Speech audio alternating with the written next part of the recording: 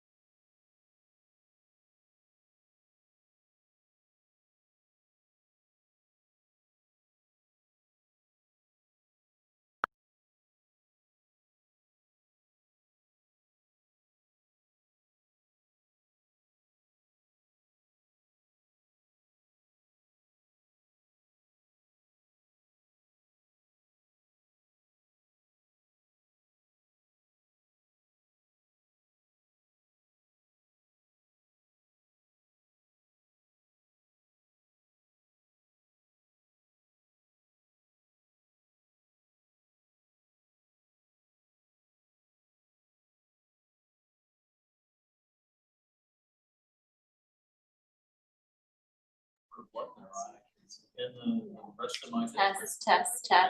Test, 1, 2, 3, test, 1, 2, 3. It's like I would read that, so happy.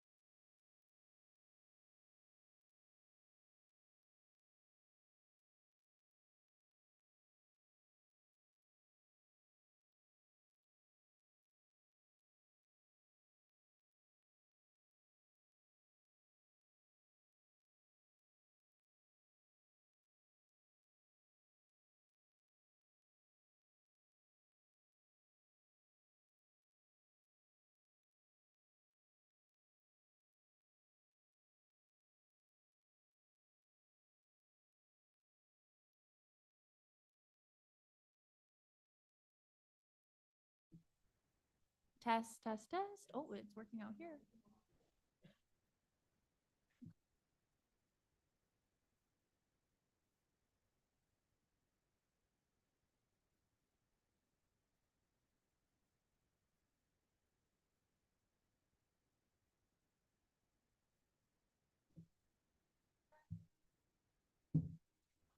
Test, test, test, test.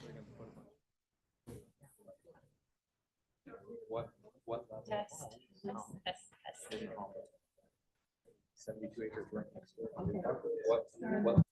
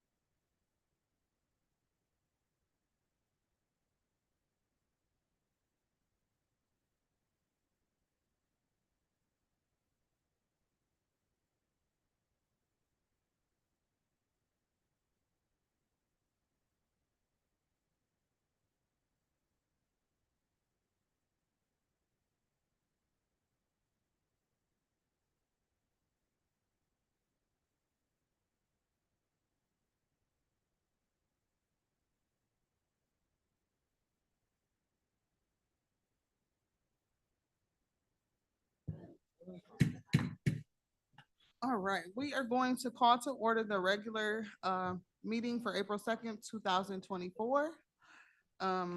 We have something to do real quick, so we are gonna reenact going into our closed session.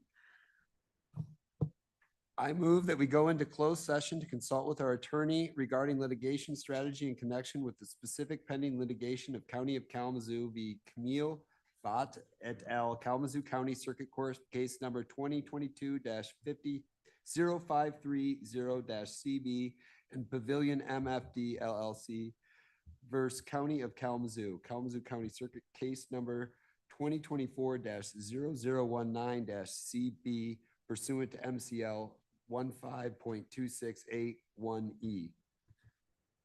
Support. All right, it's been properly moved and supported. Clerk, will you call the roll for us, please? Commissioner Gisler, Yes. Vice Chair Pro Tem Hepler, Yes. Commissioner Mazer, Yes. Commissioner Morales, Yes. Chair Ray, Yes. Commissioner Strebs, Yes. Vice Chair Taylor, Yes. Commissioner Wheeler, Yes. Commissioner DeLu. Yes. 9 yes. Thank you, clerk. All right, we're going and we're back. I will make the motion to come out of closed session. It's been properly moved and supported. Roll call vote, please. Commissioner Mazer, Yes. Commissioner Morales. Chair Ray, Yes. Commissioner Strebs, Yes. Vice Chair Taylor, Yes. Commissioner Wheeler, Yes. Commissioner DeLu, Yes. Commissioner Gisler, Yes. Vice Chair Pro Tem Hepler. Yes. 9 yes. Thank you, clerk. And Commissioner Mazer will lead us in invocation and reflection. And Pastor Brett Laird will be joining us.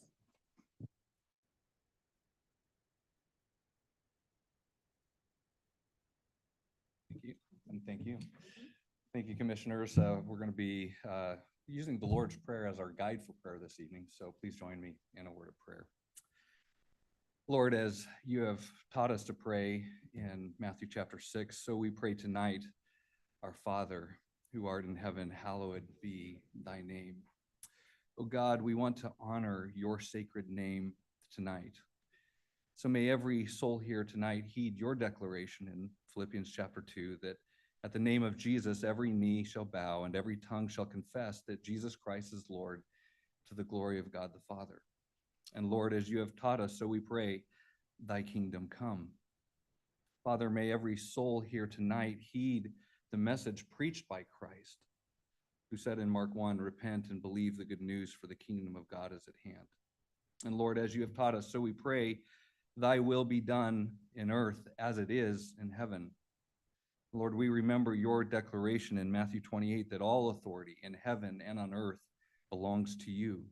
And so I pray for our county commissioners. May they use the authority you have delegated to them in accordance with your commandments and in order to fulfill your will. And I pray that you would bless them and guide them and give them wisdom from on high. Oh Lord, as you have taught us, so we pray tonight, give us this day our daily bread. Lord, the commissioners, as well as all of us in this room, have personal needs that we ask that you would meet. Help us to remember our dependence upon you and to prioritize always the needs of the orphans and the widows, as you have instructed in James chapter 1. Lord, as you have taught us, so we pray tonight, forgive us our trespasses as we forgive those who have trespassed against us. Lord, you died on the cross for our sins and rose from the dead so that we could be forgiven. And you have said in Romans 10 that if we confess with our mouth that Jesus is Lord and believe in our hearts that God raised him from the dead, we will be saved. Lord, may each soul here seek your forgiveness in repentant faith, and may we extend to others the forgiveness you so graciously give to us. And Lord, as you have taught us, so we pray, lead us not into temptation, but deliver us from evil. Our holy and loving Lord, we confess our sinfulness and our need for your deliverance. May we turn from our wicked ways and follow Christ, who said in John 14, I am the way and the truth and the life. No one comes to the Father except through me. Lord, we pray these things as you have instructed us, for thine is the kingdom and the power and the glory forever and ever. Amen.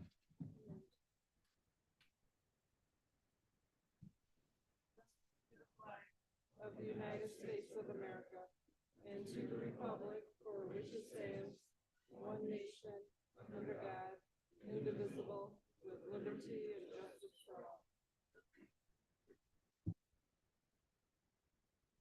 Thank you, Commissioner Mazer. Clerk, will you call the roll first, please? Commissioner DeLu, Here. Commissioner Gisler, Here. Vice Chair Pro Tem Hepler. Here. Commissioner Mazer, Here. Commissioner Morales. Present. Chair Ray, President. Commissioner Strebs, Yeah, here, sorry. Vice Chair Taylor, Here. Commissioner Wheeler. Here. 9 present. Thank you, Clerk. So next we have a proclamation recognizing April 1st through the 7th as National Public Health Week. Commissioner Strebs, will you read that for us, please? Yes, thank you, Chair. So I move a proclamation recognizing April 1st through 7th as National Public Health Week. Whereas many of the leading causes of death for individuals in the United States result from chronic conditions, which are among the most common, costly, and preventable of all health challenges. And whereas racial and ethnic minority populations in the United States continue to experience disparities in the burden of illness and death as compared with the entire population of the United States. And whereas, although significant progress has been made in reducing infant mortality rate in the United States to a historic low of 5.4 infant deaths per 1,000 live births in 2021, there are still stark disparities in infant mortality by race and ethnicity, geography, and income, such as the fact that Black infants experience infant mortality at a rate twice that of white infants. And whereas, as an estimated 60% of maternal deaths in the United States are preventable, and whereas there is an estimated 107,622 drug overdose deaths in 2021, an increase of nearly 15% from 2020. And whereas public health professionals help communities prevent, prepare for, mitigate, and recover from the impact of a full range of health threats, including 1, disease outbreaks such as the COVID-19 pandemic, 2, natural disasters such as wildfires, flooding, and severe storms, and 3, other disasters, including disasters caused by human activity and public health emergencies. And whereas vaccination is one of the most significant public health achievements in history and has resulted in substantial decreases in 1, the number of cases, hospitalizations, and deaths associated with vaccine preventable diseases, and 2, healthcare costs associated with vaccine preventable diseases. And whereas public health professionals collaborate with partners outside of the health sector, including city planners, transportation officials, education officials, private sector businesses, recognizing that other sectors can influence health outcomes. And whereas efforts to adequately support public health and the prevention of disease and injury can continue to transform a health system focused on treating illness into a health system focused on preventing disease and injury and promoting wellness. Now therefore be it resolved, Kalamazoo County Board of Commissioners hereby declares April 1st through 7th, 2024 as National Public Health Week in Kalamazoo County, urging all residents to join in acknowledging and appreciating the impact of public health professionals in improving the health of all Kalamazoo County residents. All right, it's been properly moved and supported. Any discussion? Seeing none, all those in favor, say aye. Do we? Aye. Sorry, do we need to do a roll call vote? Sorry, can we do a roll call vote, please? Commissioner Morales, Yes. Chair Ray, Yes. Commissioner Strebs, Yes. Vice Chair Taylor, Yes. Commissioner Wheeler, Yes. Commissioner DeLu, Yes. Commissioner Gisler, Yes. Vice Chair Pro Tem Hepler, Commissioner Mazer, Yes. 9 yes. Thank you, clerk. And Director Rutherford is here to receive the proclamation. Commissioner Stubbs, do you want to present it? Thank you.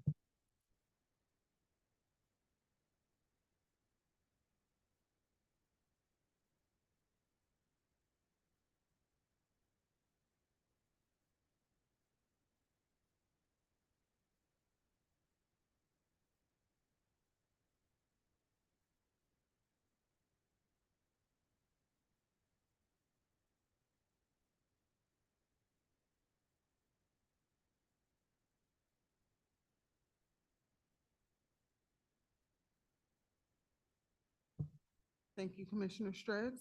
All right, item 5, communications. We have 2 communications. We have 2024-380, a resolution from Tuscola County expressing support for the citizens of local choice ballot initiatives, which seeks to amend the Clean and Renewable Energy Waste Reduction Act to repeal Part 8 as added by Public Act 233 of 2023 in the effort to restore local control for wind and solar operations. And then we have a communication from Grand Traverse County resolution of support for adoption of SB 662-2024. Any other communications that commissioners would like to present? Seeing none, I will entertain a motion to approve the minutes from our March 19th Committee of the Whole and regular meeting. So moved. All right, it's been properly moved and supported by Commissioner Morales. All those in favor, say aye. Aye. Any opposition? All right, seeing none, the motion carries. And item number 7 is approval of the agenda. Are there any changes, additions, deletions, corrections? Vice Chair Pro Tem Hepler. Thank you, Chair. I'd like to make a change in our agenda to move the presentation for our Sheriff's Department's award for its certification to the next item, and then go about the rest of the agenda as submitted.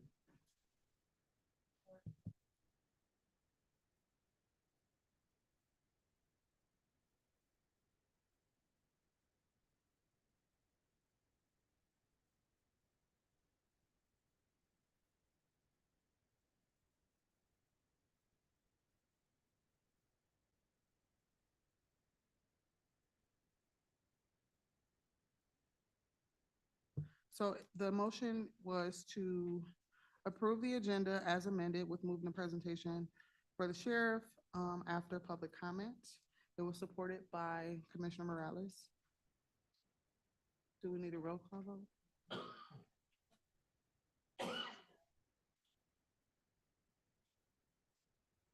Okay, all those in favor, say aye.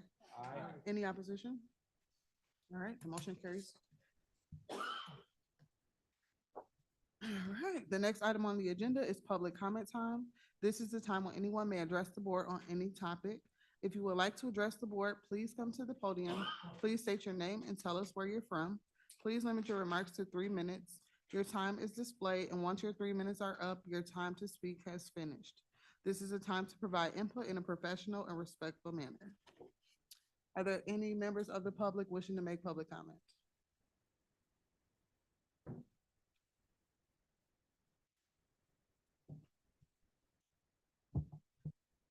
Welcome. Hannah Davies, thank you. Good evening. I'm Toby Hannah Davies. I'm from Isaac, from the Isaac Housing Task Force. And I was one of the people that worked very hard, among many others, on the Homes for All millage. And I'm here to thank you. I want to thank you for guiding the whole process of putting the millage funds to very good use, and for always prioritizing affordability and equity, for doing all the work of reviewing and scoring all the applications from developers, and for awarding the funds in 22 and 23 and now 24 to a really impressive array of housing initiatives. I just want you to know you're making us all very proud of how our tax dollars are being spent. Thank you. Thank you, Toby.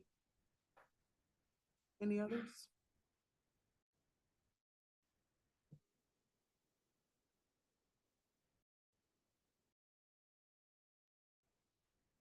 My name is Zachary Lassiter. I'm not that proud.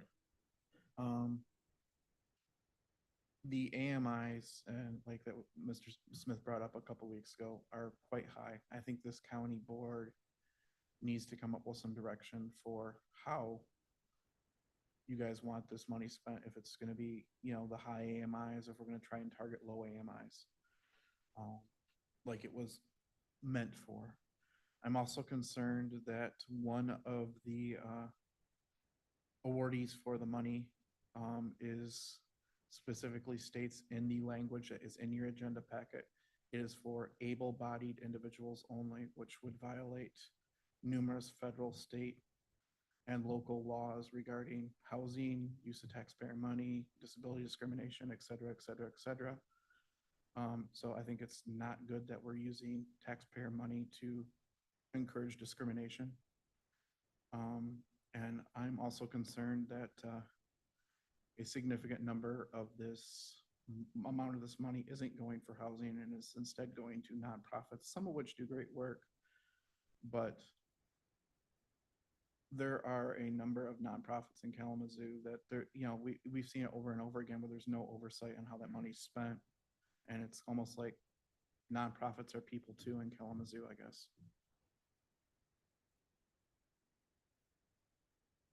Thank you.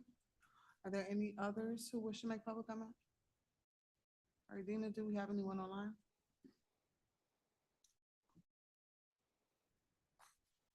Chair, I believe there are no hands raised. Thank you. All right, so we are now moving to the Michigan Law Enforcement Accreditation Commission presentation.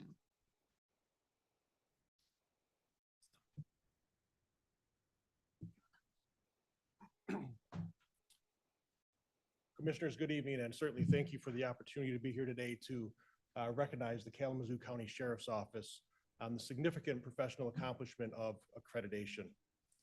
My name is Ron Wiles. I'm the Deputy Director with the Michigan Association Chiefs of Police and also the Accreditation Program Director for the state of Michigan. In my role, I get to tour the state and talk to a lot of police departments, law enforcement agencies, and I can tell you right now that not all law enforcement agencies are the same. Some are better than others, but I can also tell you that agencies that have entered the accreditation process have set a high bar. And I'm proud to say that the Kalamazoo County Sheriff's Office is now one of those agencies. They are the 72nd agency in the state of Michigan to earn accreditation. Let me put that a different way for you. So in the state of Michigan, there's approximately 600 law enforcement agencies. There's around 400 municipal agencies, 83 sheriff's offices, and the rest are hospitals, colleges, universities, railroad agencies. They have done what approximately 89 to 90% of other agencies have not accomplished. Certainly very proud of that significant professional accomplishment. Let me tell you a little bit about the process. So really there's 5 steps to this process. And the first step, for whatever reason, is the hardest step for some agencies to overcome. It's the decision just to do it. A lot of agencies talk about getting better, getting stronger, but to actually take that step, fill out the application, submit the application fee and say, you know what, we're gonna do it. We're gonna try to comply with these 108 professional standards is that first step in that process. The second step in the process, this is where all the work is done. We call it self-analysis. We give agencies 2 years to look at their current set of written directives, look at the 108 standards, and try to show compliance with their written directives to those standards. Now, it's one thing to say if you're compliant. We require agencies to show that they're compliant through collecting what we call proofs. Proofs are documents, videos, pictures, could be any number of things that show that the written directive is compliant with the standard.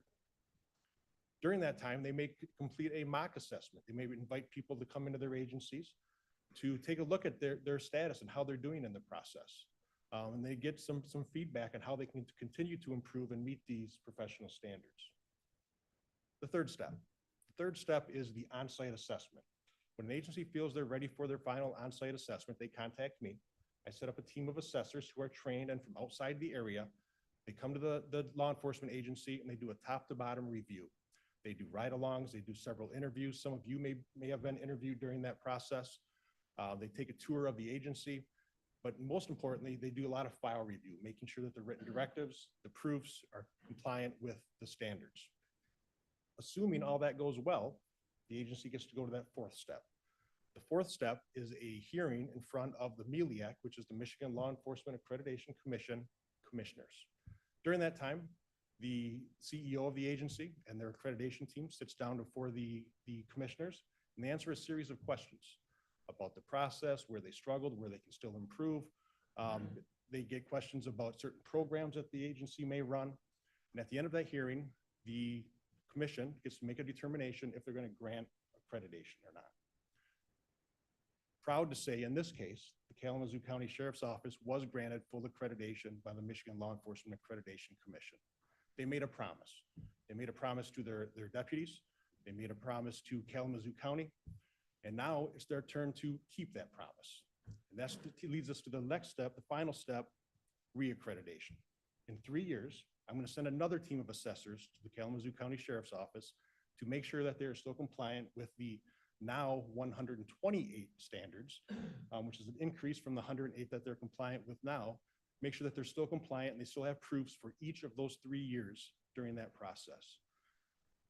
Like I said, it's a significant professional accomplishment. I wish every law enforcement agency across the state would take advantage of that and strive to achieve these professional standards. And I'm confident in saying that we're going to inch closer to that as time goes on. With that, I would like to introduce Executive Director Matt Saxton from the Michigan Sheriff's Association. Thank you, Chief Lyles. Chair Ray, fellow commissioners, thank you for having us this evening. And mostly, thank you for moving this up to the front of the agenda as well. So I am Matt Saxton. I'm the Executive Director of the Michigan Sheriff's Association, which represents the 83 elected sheriffs of Michigan. And currently, as luck would have it, Sheriff Fuller is also our president of the Michigan Sheriff's Association.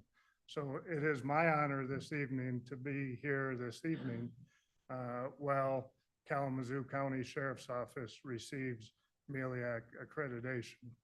This is not given, it's earned, and it's only earned by the staff that sits over here and the men and women that go out every day to keep the safety and security of the 250,000 residents of Kalamazoo County safe and secure.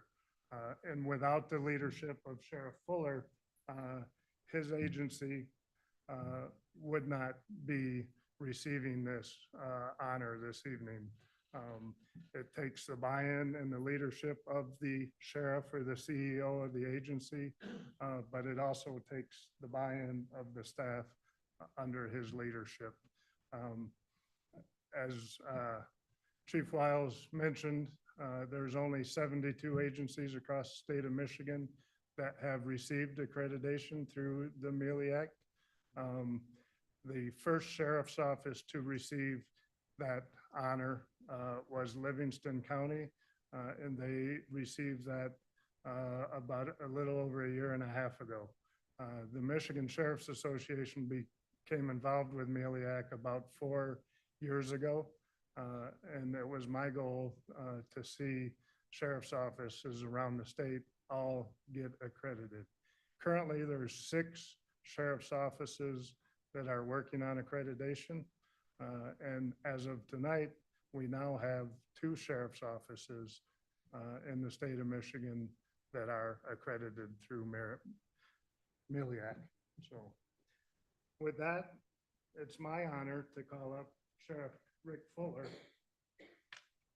to award him, not give him, this certificate of completion of accreditation. Thank you. Thank you.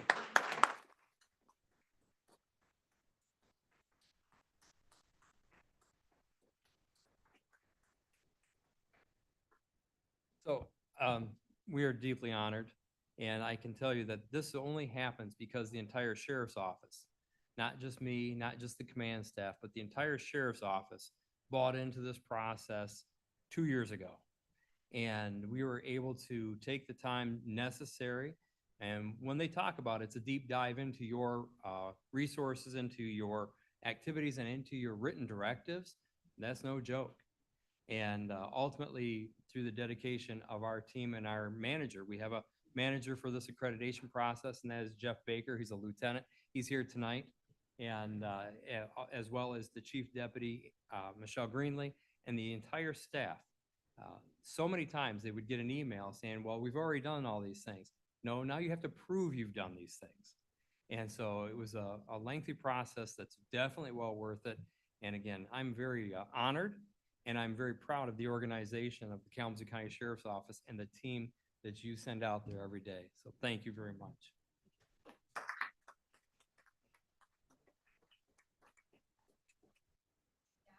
You guys want to stand behind us for a picture, please?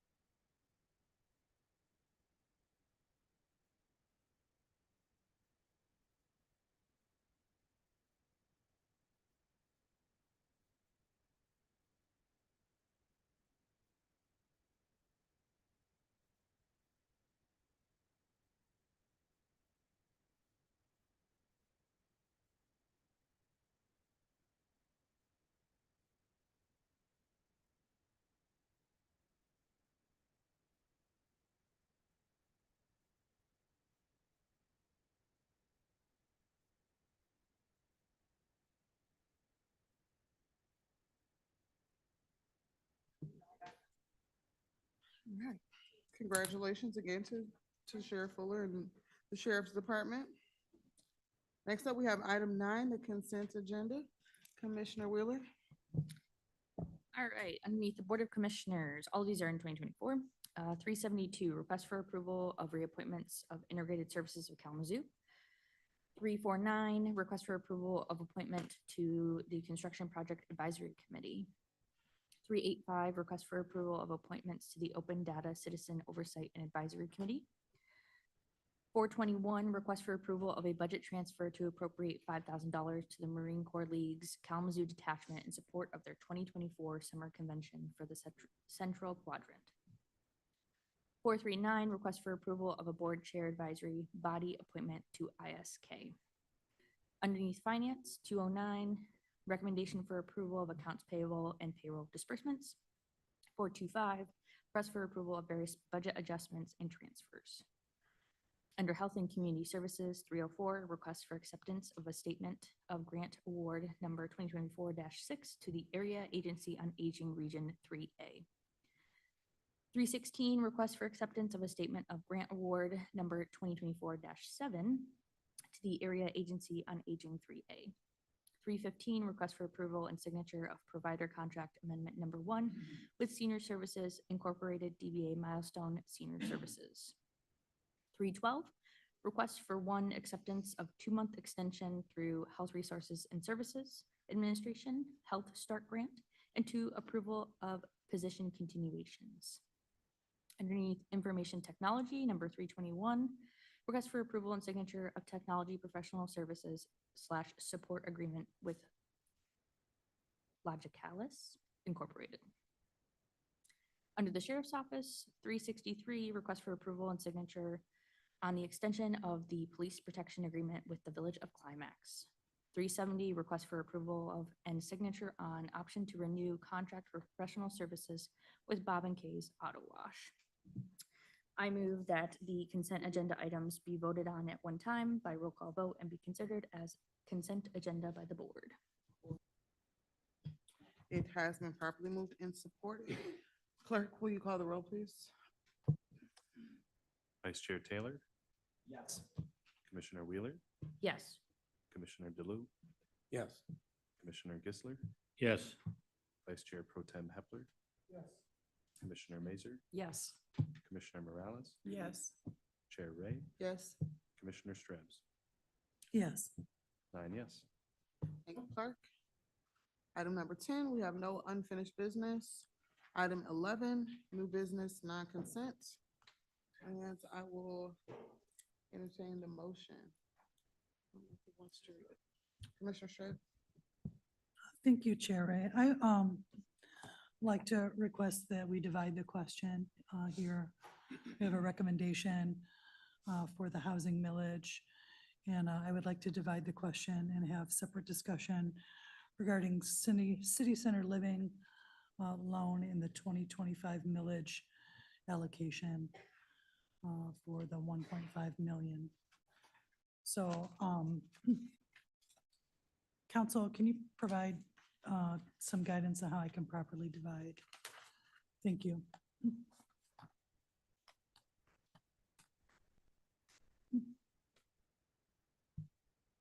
I have a question, council. We also would like to separate the Hope of Navigation allocation as well and vote on that one separate. We need to change the language.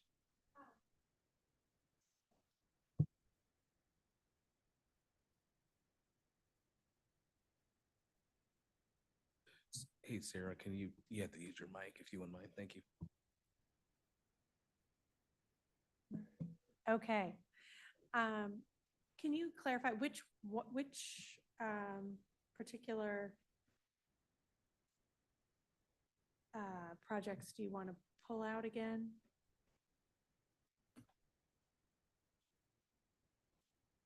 City center living.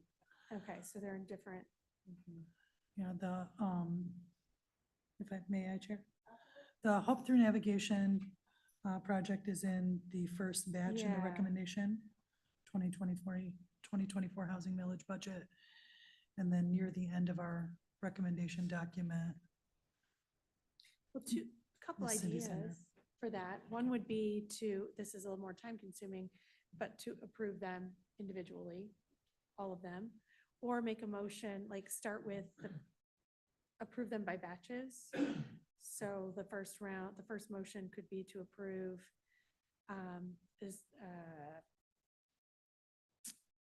lofts on Riverside, basically all, is it 4, 5 of them, make the motion that way, and then a separate motion for Hope Through Navigation. That would be one way to do it.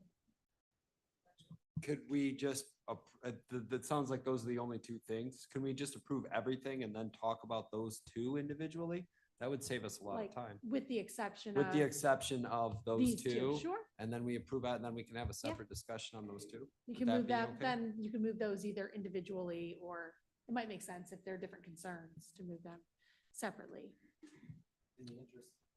In the interest of time, I would recommend that.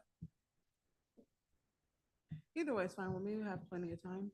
Okay, so Chair, may I make a motion? Absolutely. So I'll make a motion to write approval of the request for approval of the housing millage application awards for multifamily creative projects, rehab of single family and supportive services as recommended by staff without moving forward, Hope Through Navigation Tiny Houses and City Center Living. All right, we have a motion and support. Any discussion? All those in favor, say aye. Or do we need a roll? We need a roll. We'll do a roll call vote. Commissioner Wheeler, Yes. Commissioner DeLu, Yes. Commissioner Gisler, Yes. Vice Chair Pro Tem Hepler, Yes. Commissioner Mazer, Yes. Commissioner Morales, Yes. Chair Ray, Commissioner Strebs, Yes. Vice Chair Taylor, Yes. 9 yes.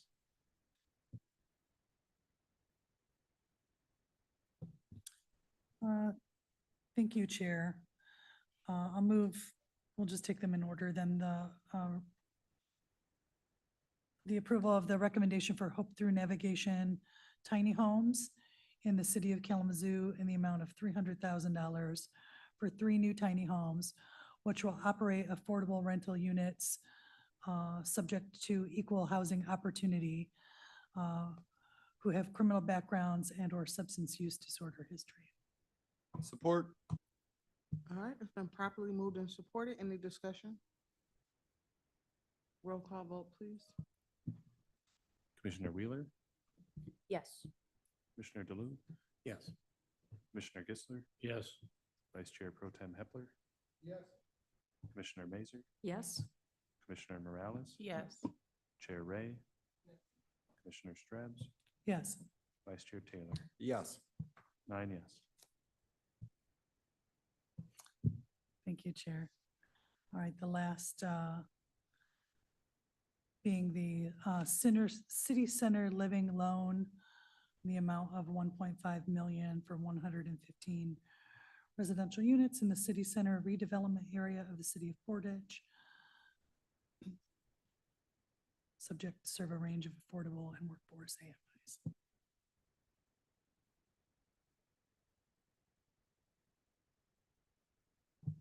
Do we have support?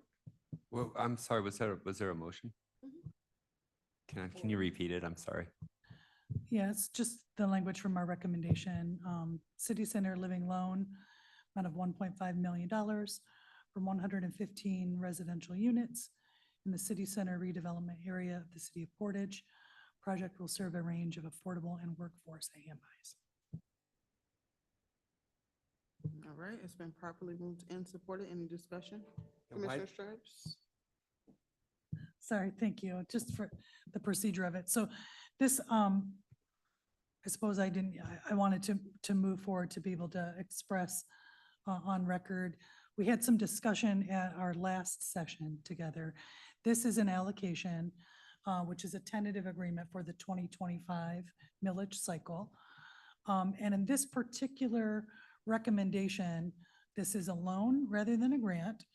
But this project does not identify the number of affordable AMIs that will be within the project, nor does it specifically identify what AMI range.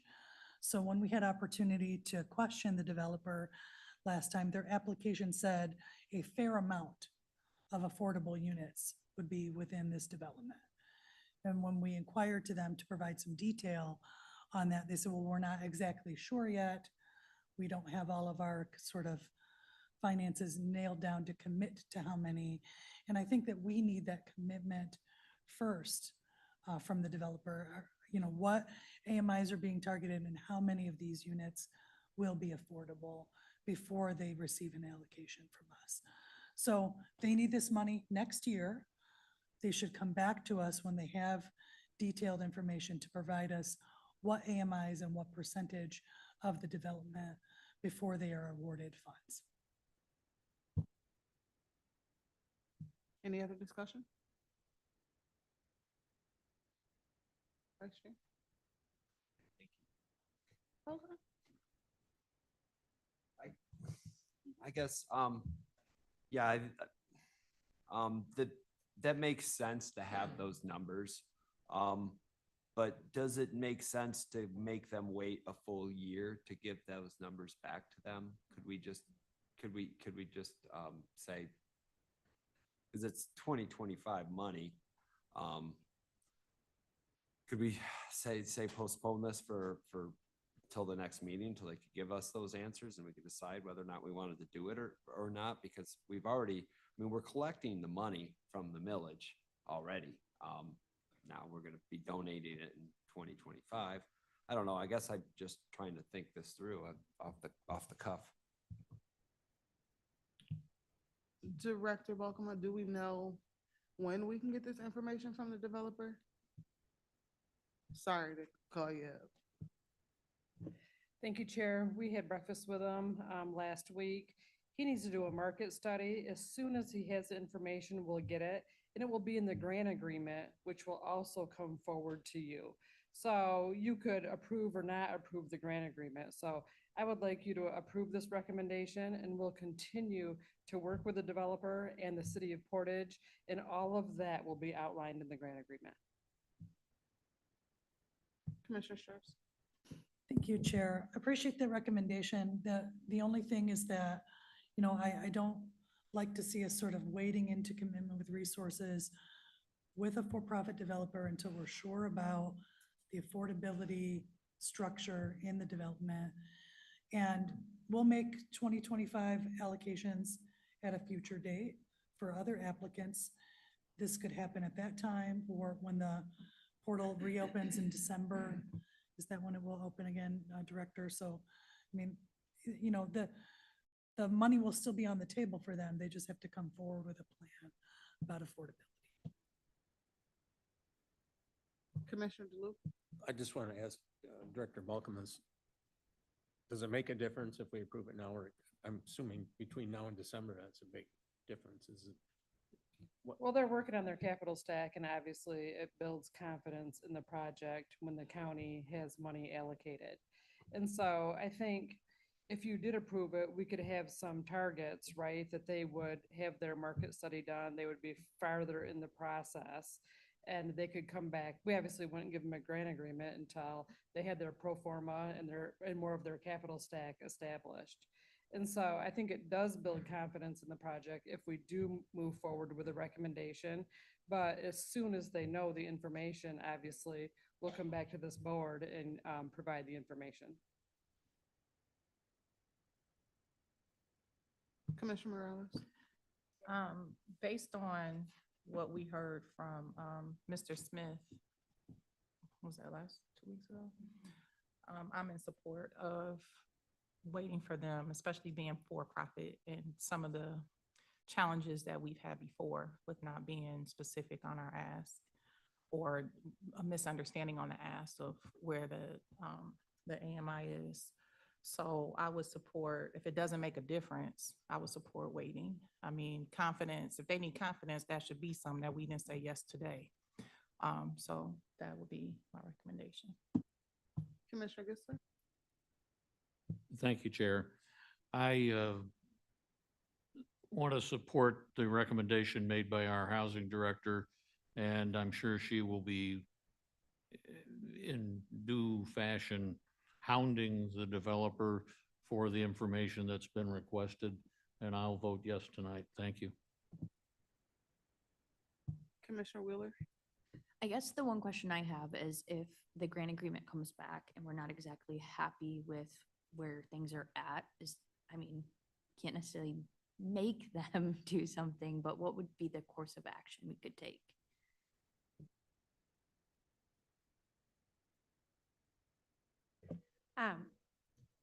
Well, this board has to approve the grant agreement. So you can't, no funds can be allocated.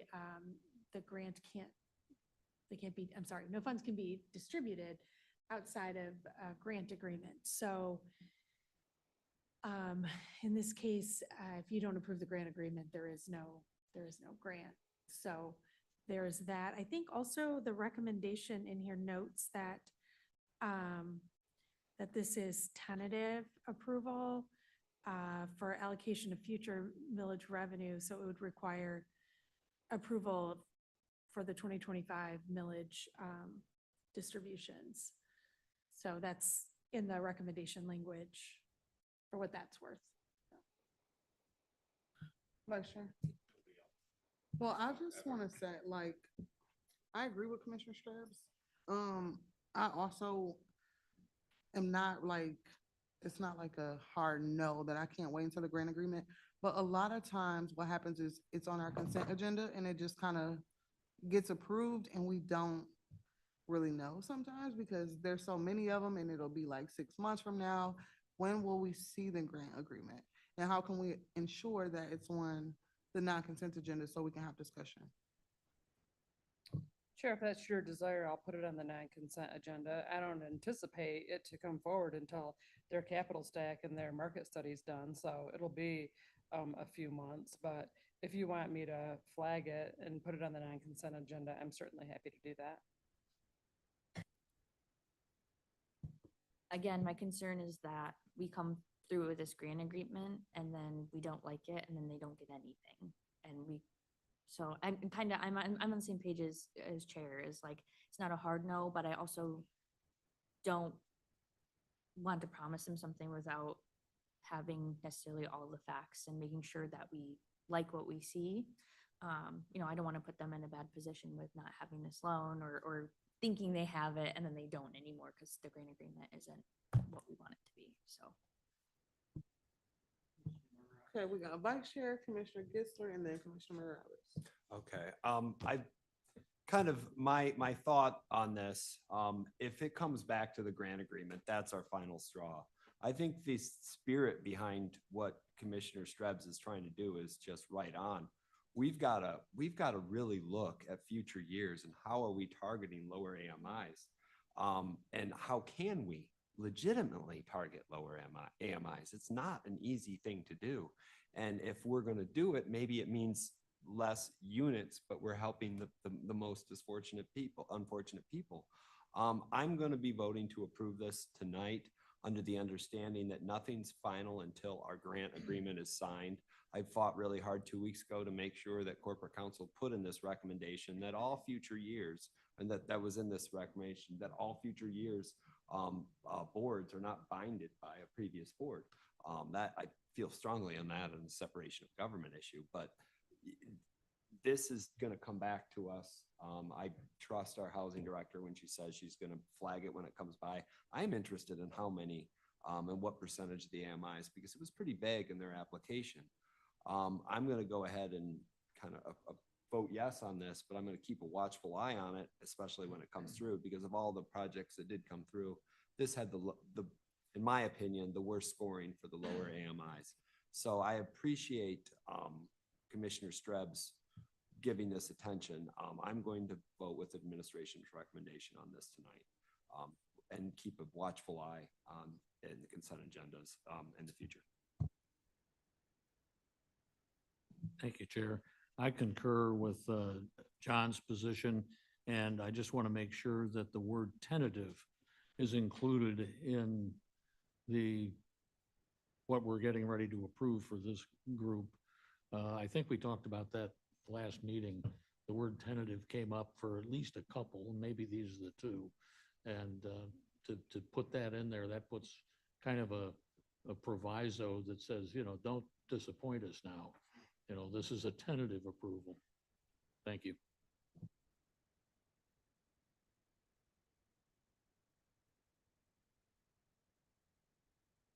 Thank you, Chair. I think we need to approve this for tonight.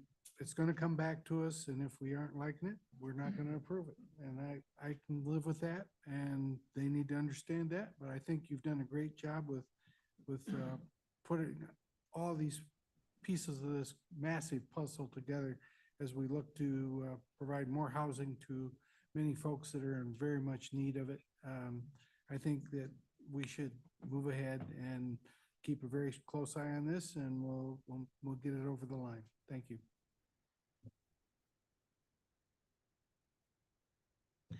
Thank you, Chair. In the spirit of the language identifying tentative, that was not stated in the motion that I made in this discussion. So I'd like to amend or make a subsidiary motion. This is for City Center Living for a loan, a tentative agreement for a loan in the amount of 1.5 million, 115 residential units in this city center redevelopment area of the city of Portage. And my apologies to clerk. I'm so sorry. And I appreciate you very much.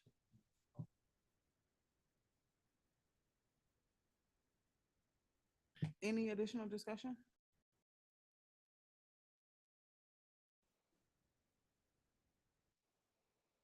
All right, clerk, will you call the roll, please? Commissioner DeLude, Yes. Commissioner Gisler, Yes.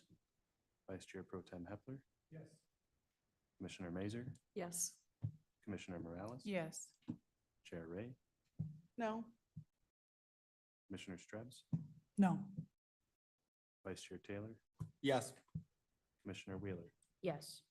7 yes, 2 no. Thank you, clerk.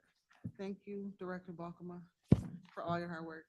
Thank you very much for your acceptance of the recommendation. There are several folks in the audience that are very anxious to get their project started, especially when the weather's nice. I know it's not today, but they have ribbon cuttings, they have important announcements, and they have gone through site plan.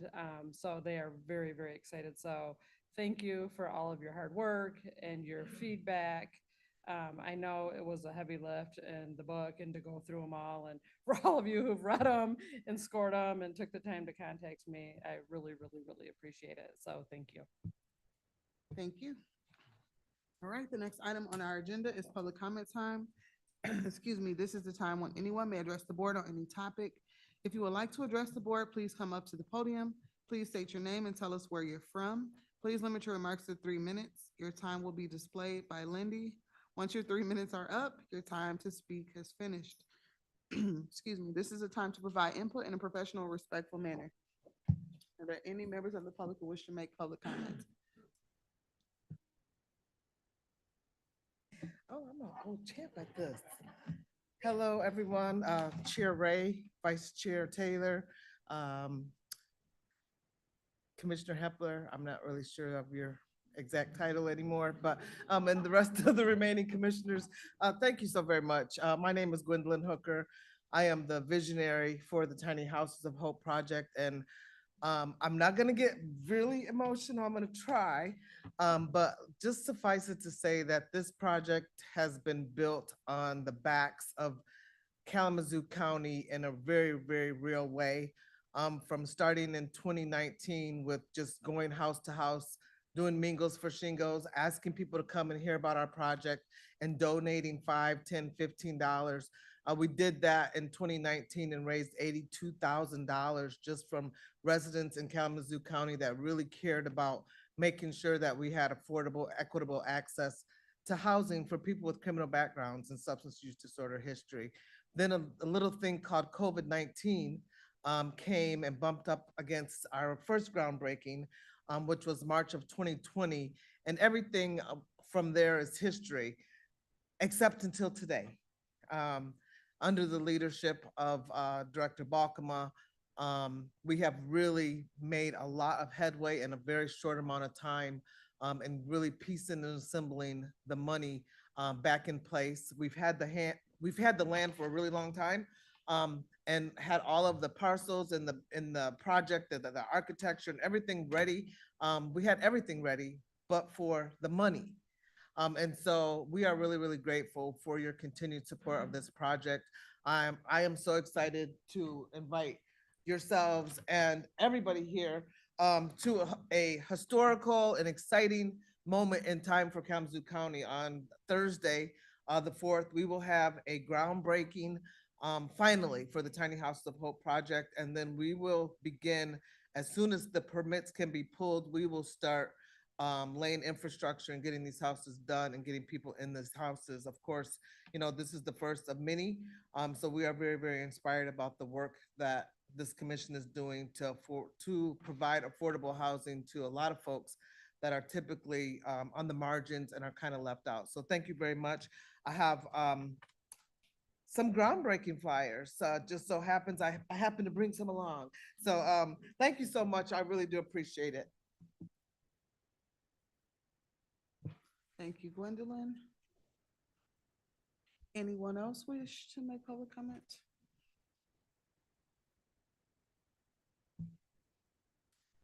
Chair Ray, members of the County Commission. My name is Jonathan Hallberg. I'm the Deputy Director of Economic Development for the City of Portage, and I am here tonight to just thank you so much for staying with us, getting behind us on another round of grant funding for our housing rehab. We know we have some promises to keep with our, it's going to be a very hard-fought battle for our 50 units at Portage Road. It's going to be a shining success that you can all be proud of as well. And also support of our development community that's coming forward. These are very challenging projects. Market rate projects right now are extremely difficult to pencil. And I can appreciate, the noble cause of doing more affordable and attainable housing units. And that's one thing that we are achieving with our home repair. We're keeping people in their homes. Most of these people are low and moderate income at 80% and below. We did 37 units last year, our housing resources specialist. And that was a combination of our community development block grant, which is very modest, was $208,000 this last year. And then the county millage. And then in the 23-24 fiscal year, we're, I think, up to 8 or 9 county projects, and then a number of emergency repair projects, which are anywhere between $1,000 and $6,000 for immediate need. A furnace has gone out, a roof is leaking, toilets overflowing, those types of things. So these are keeping people in their homes when they might otherwise be condemned. So we appreciate you and applaud you for that. And then also our developers, large and small, we're looking very forward to TC Scott Construction doing hopefully what I think is the first example of the Michigan Municipal League pattern book models. We're very excited about City Center LLC as well coming forward, and they'll have to answer to us too. We anticipate probably a brownfield application. This is gonna be a very hard deal to pencil. It's innovative to look at a loan rather than a grant that helps them with their other financing, and it's a great way to get that money back and recycle it again. And also River Caddis, which is going to be, it's been an uphill climb this far, and we're very excited about how they're also going to contribute to our city center district. So lots of good things to come. And again, thank you. Thank you.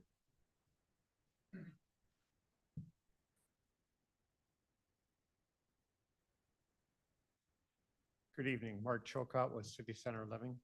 Wanted to express our gratitude for your tentative approval and the trust that you're investing in us. And so we'll work closely with our stakeholders, the city, and we're working with the state and other stakeholders in this, and to come back with something that when it's in the form of a grant agreement, it'll make it easy for you to approve. We're going to work hard to do that. So thank you.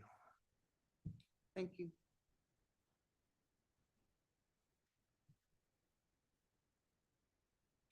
Hello, my name is Matt Milzarek, city resident.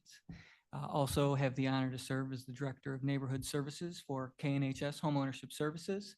I just want to take a moment to thank you all for your gracious support with our Housing for All millage asks. This past year, we were able to complete 38 roofs, full roof replacements, and the funding from this millage was a vital component of that funding stream, and we look forward to completing even more roofs this year with funding support from the county. So thank you very much. Thank you, Matt. Good evening. I'm Beth McCann. I'm the Executive Director of KNHS, and I want to echo Matt's comments. Our great thanks to the Commission and to Director Balkman and her team for our support of our projects through the years. I'm particularly excited about this one under the creative projects to be able to do something that combines both employer needs as well as employee needs for low to moderate income folks. I think this is a great step forward for us to be able to create a program that helps workforce housing, especially for the low to moderate income. So we've been very appreciative of all the support you have given us for down payment assistance since the millage was created, but we also know that funds are limited. And so this is a way for us to bring other funding sources in. We've talked about down payment assistance before. It is the linchpin sometimes for first-time home buyers to cover closing costs and that affordability gap. So this is a great program for them to be able to combine also critical home repair in there, is just a wonderful thing. We've been doing this program for over 20 years with the city of Kalamazoo and with Bronson Hospital, and they are forever grateful employees that have this opportunity and are moving towards their dream of homeownership or having a safe home. So part of our mission is to find sustainable, attainable, creative solutions to housing dilemmas, and this is definitely one. So we appreciate your support. I also want to give thanks to Director Balkema, her team, the city of Kalamazoo, Laura Lamb, the city of Portage, and Southwest Michigan First. It was a lot of minds that came together to really flesh this out. So thanks to all of it. It takes a village to do this, and we are very proud of this village and very excited to move forward on this project. So thank you very much. Thank you, Beth.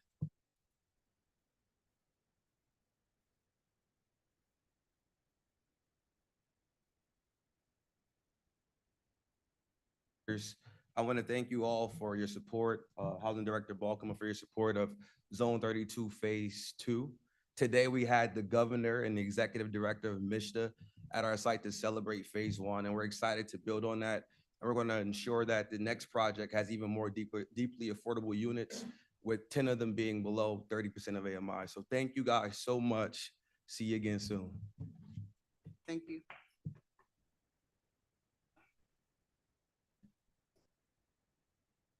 My name is Ratchet Dingra. I'm from Odyssey Hotels. I wanted to thank the commission for approving the Kilgore Apartments. A special thanks to Director Balkema and our team in guiding us through this process. We're looking forward to creating affordable housing. I know the city has a shortage of about 7,000 units, so hopefully this will help. Thank you. Thank you.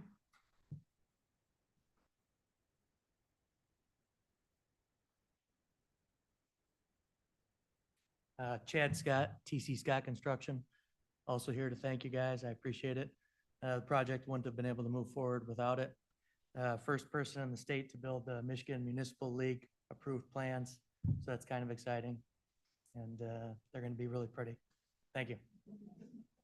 Thank you.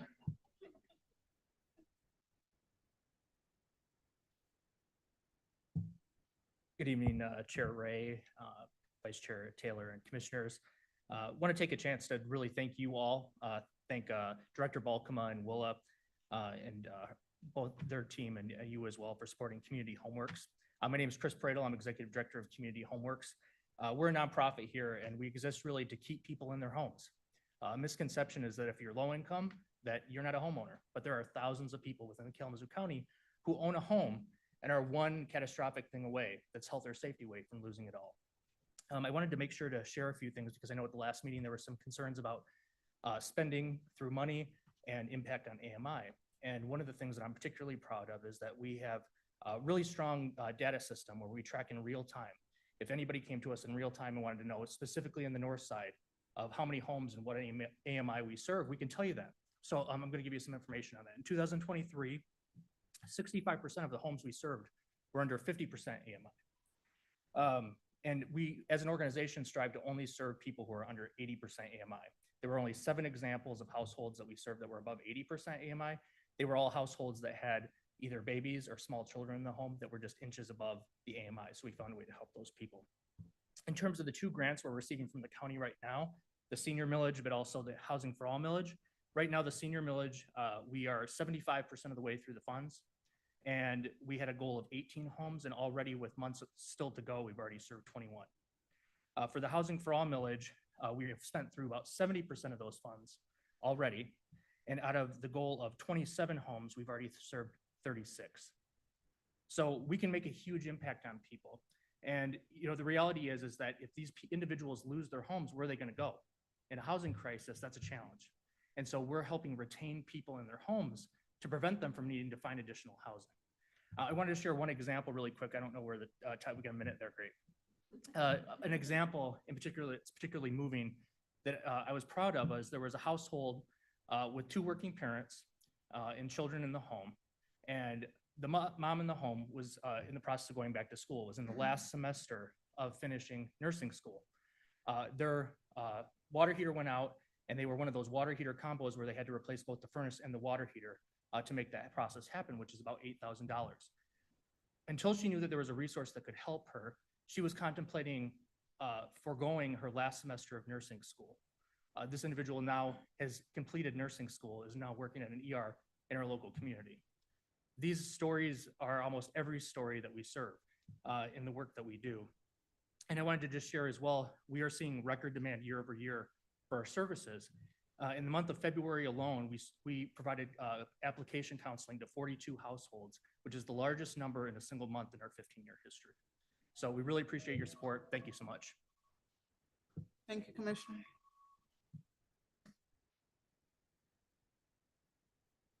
Afternoon to you all. My name is Carrie Graham Carr, and I am new to this, but my husband and I, we started out rooming. That's how we get into this, and we started out because I've been homeless before, so I have a passion for just helping people. Someone helped me, and I said I have to find a way to give back. So I'm a nurse by profession, but so on 10/25, we bought this property and we renovated with our own money, do overtime to do it.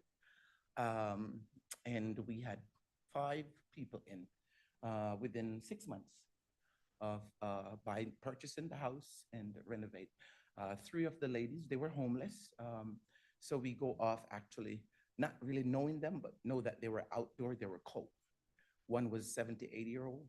So we decided my husband, he put it in my hand and said, well, we should get background and all of this. And they have tried to get in homes, but they weren't able to because one lady, she said she haven't worked for so long and they ask you for, work. They ask you for different things and she said she doesn't. So I take her word. And in doing that, actually, I run across one young lady that, I think it's 3 of them actually, that leave the house, get an apartment. That was kind of like a stepping stone for them. Allow them to be able to stand up. They were down, so they were able to stand up. All 3 ladies leave there and go to an apartment. And that just brings joy to me. And my husband and I, we purchased this other property on the East Main of Kalamazoo, and it is a multi-purpose unit. And this one is way bigger than us, actually. I can work overtime to renovate this. So the millage is a great help right now because we spend everything. We're kind of like on bone now. And the millage will be able to provide 7 unit for affordable, of course, 7 unit on the upstairs, which will be able to host a family of 1, maybe even a mother and 2 kids will be able to in those. So I'm so grateful for the millage, for this fund, because it will be able to help us to do even more. Thank you. Thank you.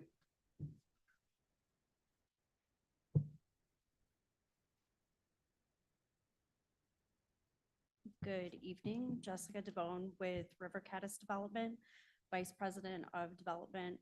I'm new to this role, but I'm not new to economic development, brownfield redevelopment, and affordable housing development. And I sound like a broken record, but I would just like to say, everything that you're doing is so commendable with this housing millage. And I really wish other communities would take this model and run with it because we're truly seeing an impact, obviously, from the stories hearing that you've heard tonight. This tentative approval that you gave us tonight for the 2026 funding round is going to assist us in a hopefully successful application for the 4% low-income housing tax credit application that we'll submit. And we need to be able to show our sources. So this is a huge help in that. Just wanted to say thank you. Thank you.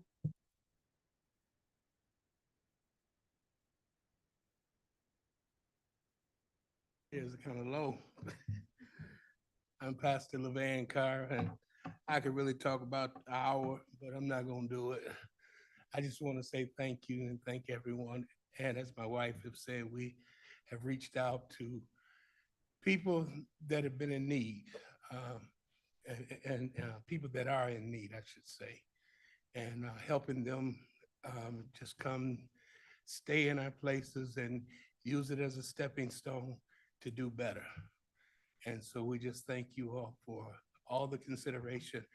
And I just want to say, I thank God for Mary Bogma. She's just been she's been a teacher, mother and everything else to me because I didn't know what I was doing, didn't know the language. And I told her one time, just talk to me like I'm 6. I don't mind. So thank you all and God bless you. Thank you. She is bossy. All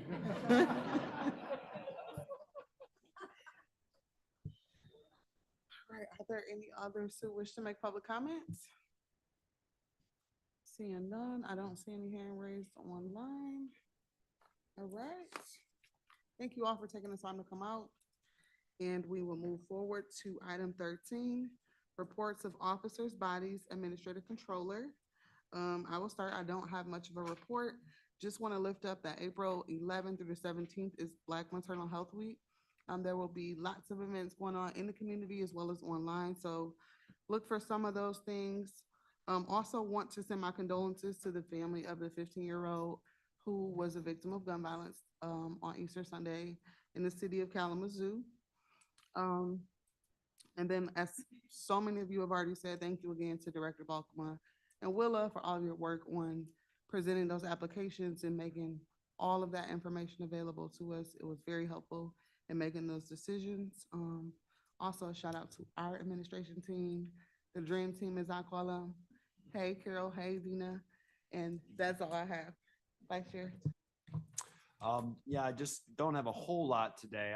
It was interesting talking about the housing millage, and we talked a lot about AMIs, and the spirit that Jen's we've got a lot of work to do, I think, for next year on how we structure this millage so that we can really target the people that need it most. But then you take a step back and you think, we're so focused on this AMI. How do we raise AMI? That's one of the conversations I think we need to have as a board. With this inflationary cost of housing continuing to rise, inflationary cost of food continuing to rise, we need to pay people what they deserve. The people that are contributing to the wealth of this country need to get paid their fair share. So that's my 2 cents. John be preaching. Cause what? What? Oh. And then to that point, so we have some discussions with the administration to talk about like forming a subcommittee to kind of come up with some direction for that. So it's not like all the commissioners, as we know, we all have different interests, and some of us are very passionate about housing, and we can just take some time together before December and get some things in place working with the director. So Vice Chair Pro Tem. Thank you, Chair. I do want to thank Mary and her staff and our administration and this county board for all the work they're doing to spend these monies wisely and help as many folks as we can and bring housing to the forefront and get folks in homes and take care of their needs. I hope everyone had a safe and happy Easter. I obviously know that some did not, as we work to try to take care of those. We need to keep those folks in our prayers and our thoughts.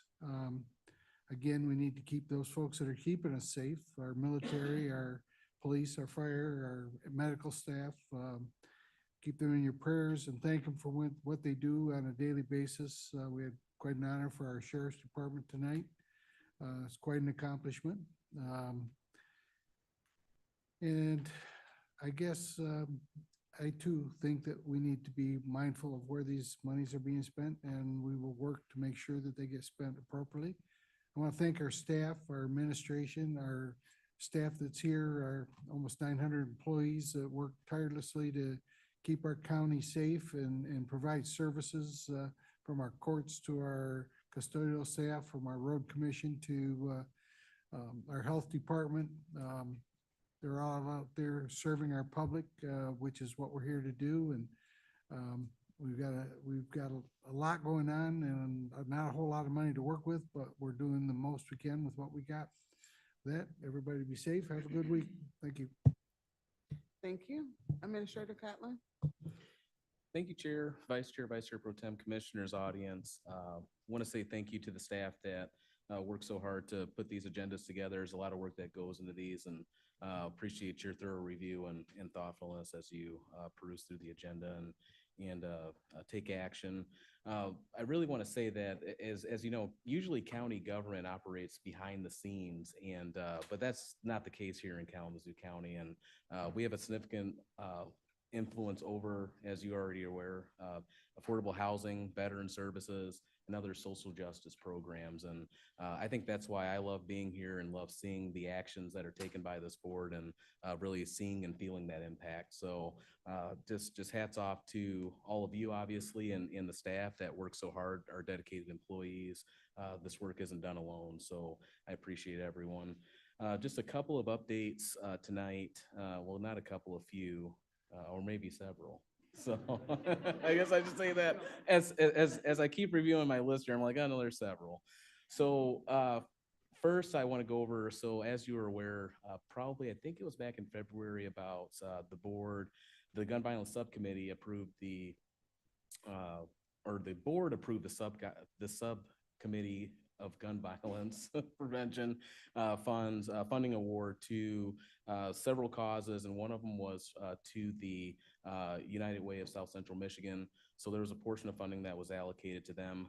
They need commissioners to be on a review team. So of that violence subcommittee, if you're interested in serving on that, the meetings are going to be held May 23rd from 1 to 4 p.m. and then May 29th from 1 to 4 p.m. And so that review team will get together with folks from the United Way, from the Community Foundation, and from the City of Kalamazoo. So, or I apologize, the Kalamazoo County government. And so if you're available and interested, May 23rd and May 29th from 1 to 4, they'll be meeting. So just let me know and I'll get your names over to the United Way. You're probably wondering what's going on with the Justice Center art. So we talked about that a long time ago. And actually, one of the commissioners that was interested in being on that committee was Commissioner Gisler. I know he'll step back in and I can talk to him afterwards. So as you know, we were, Justice Center art wasn't actually budgeted into the entire project budget, but rather was sort of, I would say, probably a quote unquote afterthought, but was programmed into likely using contingency funds. Well, the project has had some significant use of that contingency fund balance for things such as fulfilling requests for ADA accommodation. So we just approved a pretty significant request for ADA accommodation to have ADA operators for staff. And so that was about I would say almost closer to a $300,000 addition because that wasn't programmed into the overall budget. So as you know, with contingency funds, we, in the midst of constructing that facility, we have to now accommodate a new judge. And so the part of the plan for that is to have that judge out at the Gull Road Justice Complex. And so there's a renovation that needs to take place. So the contingency funds are sort of earmarked in a way, or in a sense, for that renovation. And at this time, we don't know what that renovation costs.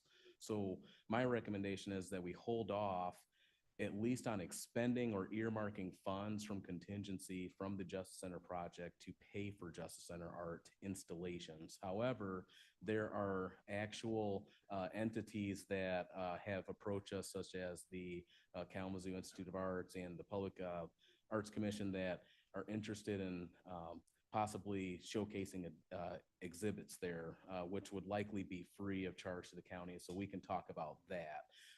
And then we can revisit the actual art installations at a later time, so or a later date. So we'll continue to keep the board engaged on that and follow back up with those that are interested in serving on a committee to review that. And so that's that hopefully gives you some insight into that. As far as the Gull Road Justice Complex renovation, we're working with Tower Pinkster on design for that, and we hope to have final construction documents by mid next week to then hopefully be able to send those out to bid, because our goal is to have that constructed by probably by the fall, so that we have enough time to get the new judge accommodated when they start on January 1st, 2025. The last two items that I wanted to share will be appearing on your April 16th agenda. They're ARPA related, ARPA, American Rescue Plan Act. And so, as you know, we've already obligated all of the ARPA dollars. However, we've been going through the process of finalizing grant agreements for all of the ARPA recipients or subrecipients rather. And there are two that will come back to the board for reconsideration, actually to rescind their awards. One in particular is from the Kalamazoo County Abuse and Neglect Prevention Council. We've been trying to contact them since May 2023, and even before that, to get their grant agreement.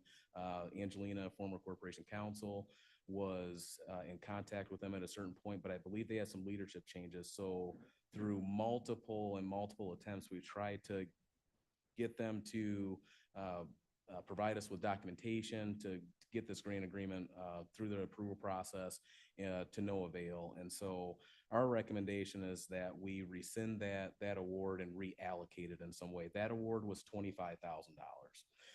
The second one is actually consider rescinding an award for Trauma Recovery Associates. They sent the county a letter actually recommending that their agreement be terminated. They've had staffing issues. Their project entailed educating the community on the pandemic, related to the pandemic, trauma and mental health resources available. They were going to be providing workshops, training facilitators, and conducting groups conduct groups for county residents. They're going to be providing clinical consultation and supervisions for its programs, and then conducting research on efficacy of its programs with the goal of publication in professional journals. Since they've had a reduction in staff and just staffing issues, they're not able to deliver on that program, on those programs and project deliverables. And so they've actually sent us a letter recommending that we just terminate their agreement because they're not able to deliver. And so their award is $1 million. So it's a pretty substantial award. And so that funding will need to be reallocated. So they have actually sent in one payment request. It was back in November last year that was for eligible activity related to the project deliverables. That was for $15,531.78. So the amount to be reallocated is $984,468.22. So it's still pretty substantial. And so those will appear on the April 16th agenda. We'll discuss with board leadership on the best way and a recommendation to put forth to reallocate that funding, and then we can have a discussion about that, likely to be slated on the non-consent agenda. And then lastly, some good news. Our DEI director has gone through the entire interview process for the DEI coordinator position, and so he has made a selection. We'll make that offer tomorrow to the successful candidate. So we hope that they are able to accept it, and we can have them start hopefully in May. So happy to answer any questions about these topics or anything unrelated. Thank you.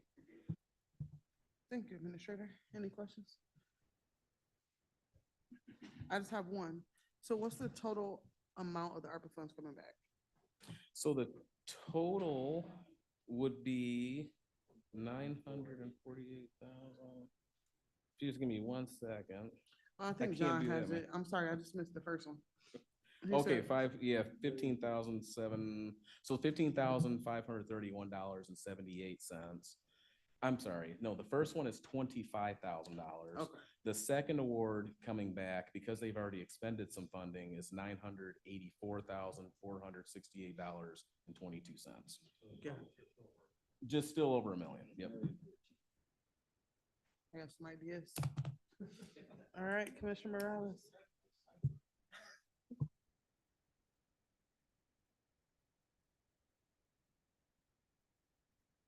Oh, okay. I'll just really quick. The ADA construction on the justice facility, that wasn't factored in on the original construction drawings, or no? No, that's a great question. So they have some ADA components factored in. This was actually an accommodation request from a staff member. They requested accommodation, so we had to oblige on that obligation and install additional operators in the staff commons. Yep. Gotcha. Okay. You probably will blame our, I won't blame anybody. The art thing, I think that's a good idea. I think that makes sense. I completely agree with your recommendation. On the ARPA money, I think that we should, as a commission, we should look at ways internally within the county for our employees and people, and our efficiencies of our departments, that a substantial portion of that money could be, in my opinion, should be used for internal departments. Those are my only questions and or comments. Commissioner Sharps? Thank you, Chair. Administrator, so just that comment, I have a further questions on the ADA accommodation. So under the ADA, we're required to accommodate requests from employees that are reasonable. So this is a one individual's request that resulted in $300,000 to accommodate this. There was not some more other adaptive equipment for the individual. Can you expand? Did it just then make us aware of accommodation, not for the broader community, or help me understand how this is either reasonable for one or it serves more than that? Absolutely. So this is a request from an individual within the courts that is that has accessibility issues. So to get in and out of doors, and so that's they're for actual ADA operators on doors to have them open and close. So that was the accommodation, very reasonable, and the county had the funding to oblige. So that was that one. For I guess to further explain, so we did receive another ADA accommodation actually from a member of the public. And so this one encompassed additional seating that was to be placed right outside of the vestibule, right after you enter the Justice Center, because there's an incline getting up to the Justice Center. So this individual just has difficulties breathing. And so we thought that was a very reasonable accommodation to place some seating right outside that vestibule for them to be able to take a rest before they go through the screening process. So we receive, requests here and there, not too many, but if they're reasonable, we often will oblige.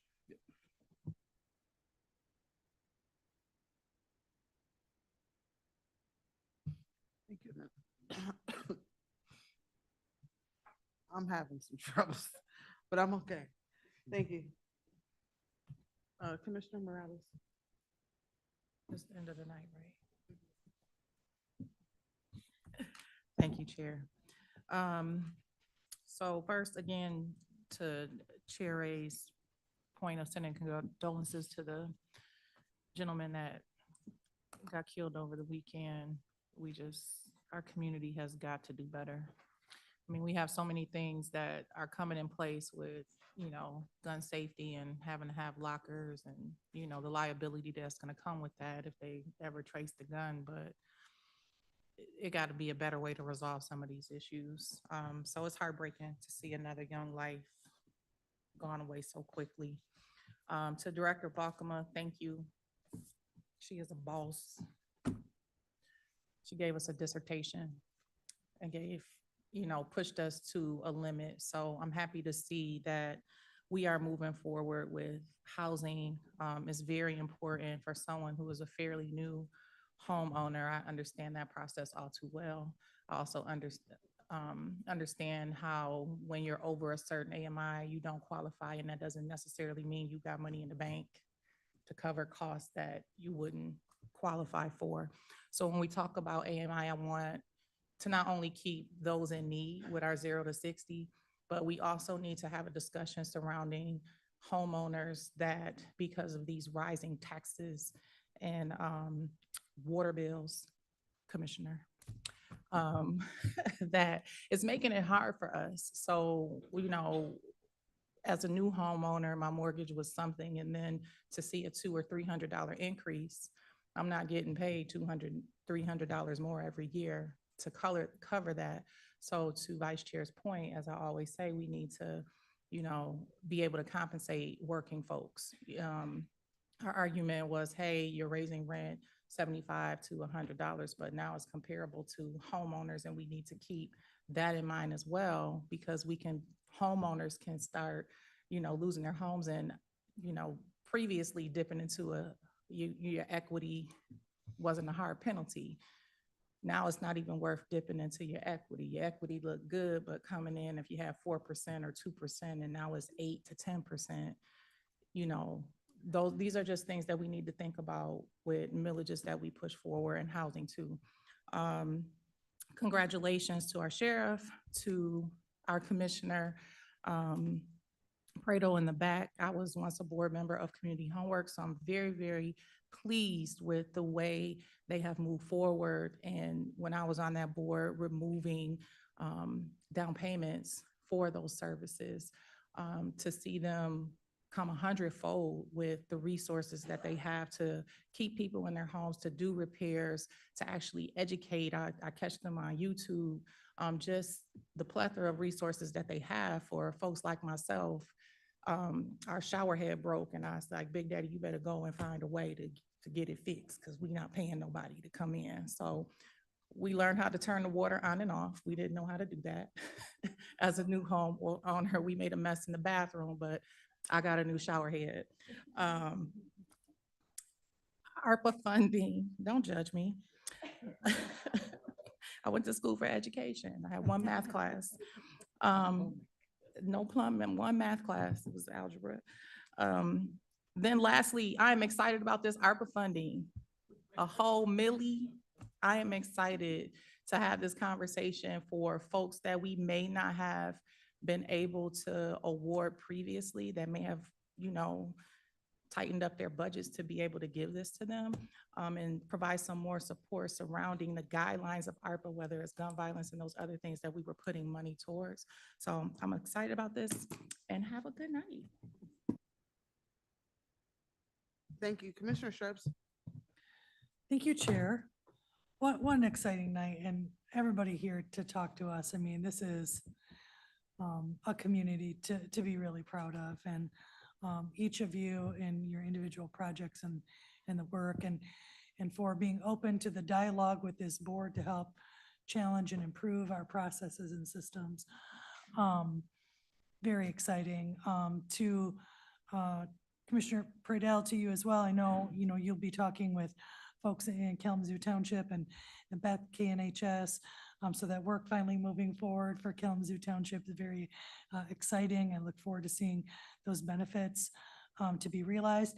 I'm also really hopeful some of the allocations we made tonight, that we challenge Kalamazoo County to be one of the participating employers for the down payment assistance and program. I think that's a real opportunity for us to merge our vision for our employees and building wealth and all of that together.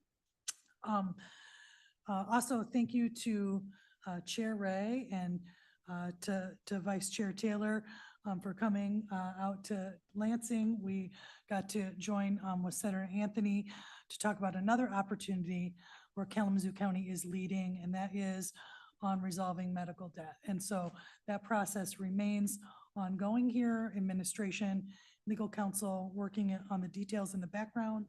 But we got to talk with the other leaders across the state advancing that and really advocating for its consideration in the state budget to really make this something accessible to everyone in the state of Michigan. And it's through the leadership of this board here that we help to kind of advance that, real economic justice and access to healthcare for people. So that's just another place to be really proud. Later this week, we will have our second fully seated convening of the opioid task force. So we've just, have our full slate in play now. We had our first robust discussion together. We will convene tomorrow and to begin digging deeper into the first few questions and determining how to make those allocations and recommendation back to the board. That's at 11:30 for community members who are interested. I think that's all I have. Thank you, everybody. We're doing good stuff. I'm proud of us. Thank you. Thank you. Commissioner Wheeler. Thank you, Chair. Yeah, I just want to echo the sentiments. Thank you again, Director Balkema and Willa, for all your hard work. And thank you for everyone who came out tonight. It means a lot to us to see you guys, and just shows us that, we're on the right path. So we appreciate you coming out and speaking to us. And thank you to my fellow commissioners. I know it's been a lot of work, and we did it. It's like a graduation speech. We did it. That's it. Thank you, Commissioner. Commissioner DeWitt? Yep, I was gonna say just what Abby said. Thank you, Director Balkman, and I do appreciate the citizens all coming out. I mean, yeah, it's nice to see faces and actually hear people in person. And I also want to bring up the accreditation from the Sheriff's Department. I work for a department that went through that. It is a tough, time-consuming process. It's a very high bar. And the sheriff and the citizens should be proud of the fact that they achieved this accreditation, because it's going to help serve the community better, and it's something to be very proud of. So, thank you. Thank you. Commissioner Gisler? Thank you, Chair. Yes, at the risk of making it sound like a Balkema love fest, thank you, Mary. And thank you all that came out to, talk about projects and that sort of thing. It's good to know that there's some place where the money's going that is going to help people indeed. I was surprised by the $1 million, Kevin. That's pretty good that we knew that all the money wasn't going to get spent. Or even though we allocated it, you had to do something by the end of this year, and apparently at least a couple didn't. A couple of announcements, basically. Don Saldia, the Area Agency on Aging Director, is going to be presenting on May 15th. So we got plenty of look down the line to the supervisors, Township Supervisors Group. The meeting's going to be held in the new Comstock Township offices. And he's going to describe, hopefully in really good detail, how the senior millage that we all pay, it's countywide millage, but how that gets pushed back into the various jurisdictions, the cities, the townships, the villages, and that sort of thing. I'm really looking forward to seeing what the payback is essentially on the money we all put into that senior millage. Next Monday, I have a meeting going on at Michelle's in Portage on Romance, and we're going to have Eric Stewart, who's the Assistant Superintendent of KRESA for the community, not community, CTE, Career and Technical Education Operation. And both the physical plant that's going up out on I-94 near Wing Stadium is his domain, but also, more importantly, possibly, the curriculum that's being put together to teach kids how to work right into the workforce. I'm eager to, I've not talked to him. This will be the first presentation that he's made, at least that I'm aware of. And I'm really eager to see how that's going to go. And I'm sorry again, I apologize. If you're going to Orlando between now and the end of June, please get one of these $25 discounts. You can get them from me. You're gonna go, Chad? Okay. I think I've got a couple with me, and if anybody else needs them, you can get them from the airport director. He's got a fistful of them in his office, and his office is right above baggage claim out at the airport. And with that, I'll shut up. Oh, yeah, I'm sorry. Thank you. Oh, you were so good. Yeah, the meeting where they're going to talk about the CTE Center and the curriculum is at Michelle's at 8:30 a.m. next Monday. Don't miss it if you can. Thank you. Thank you. You made me lose $10. No, Commissioner Maxey. Well, I too would like to congratulate our sheriff on the accreditation and thank Director Balkema for all her work. And I'd also like to thank Pastor Brett Laird from Calvary Bible Church for coming out and giving the invocation tonight. I hope you all had a blessed Easter. Thank you.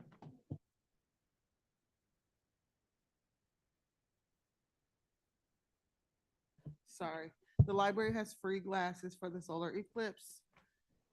That's scheduled for Monday. You can get 5 pair free. The museum also has some. All right, we're adjourned.